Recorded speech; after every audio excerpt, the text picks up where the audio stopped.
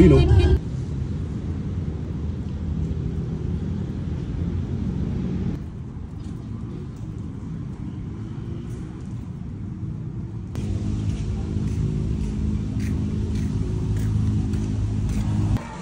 Yan, friend, we're hunting for ipiso sale dito sa Landers. Tignan natin kung totoo. So excited!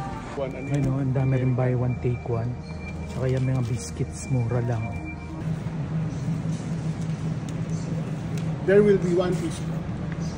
Yan, on their first day here sa Crazy Sale. Yan ang piso nila soft drinks. So ganun pala dito, friend, no? Yung 5 days Crazy Sale nila, may piso sila na i-offer per day, per item. Hindi lahat piso.